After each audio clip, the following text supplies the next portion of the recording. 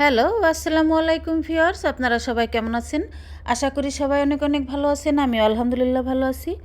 আপনাদেরকে আজকে দেখাতে যাচ্ছি পুঁই ফলের ভাজির রেসিপি।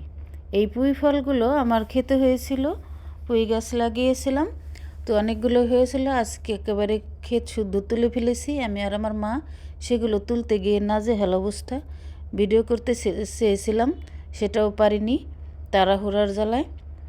অনেক কাজ ছিল, যাই হোক সেগুলো কেটে ধুয়ে পরিষ্কার করে নিয়ে তারপর আমি যে চুলার পাড় চলে এসেছি। দেখুন আমি এই ফলগুলো ভাজি করে নেব। তো কড়াইয়ে আমি সয়াবিন তেল দিয়ে দিয়েছি। এখন আমি এখানে পেঁয়াজ কেটে রেখেছিলাম আর কাঁচামরিচ, সেটাই তেলের মধ্যে একটু হালকা হাতে ভেজে নেব। আর এই পেঁয়াজের এই পুঁই ফল রান্নার সময় আমি এর মধ্যে কিছু পেঁয়াজের ফুল দিয়ে দিয়েছি। পেঁয়াজের আমার সাই বলে আমাদের এদিকে, আপনাদের ওদিকে কী বলে জানি না, অনেকে পেঁয়াজের কালি বলে, পেঁয়াজের ফুল বলে।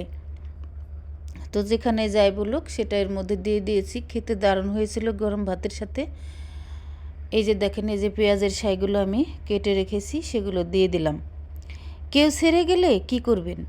একদম চুপ হয়ে যাও, চেহারার যত্ন নাও, টাকা কামাও, নীরবে পরিশ্রম করে যাও।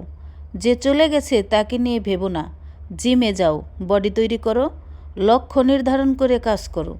মনে রেখো, সময় গড়ালে জবাব পেয়ে যাবে।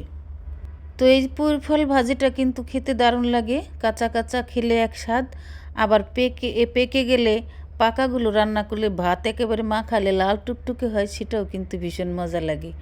যাই হোক, আমার কাছে দুটোই ভারী মজা লাগে খেতে। আর খেতে টাটকা টাটকা তুলে এনে রান্না করেছি, সেক্ষেত্রে তো আরও ভালো লেগেছে। আজ তাহলে এ পর্যন্তই। আল্লাহ হাফেজ।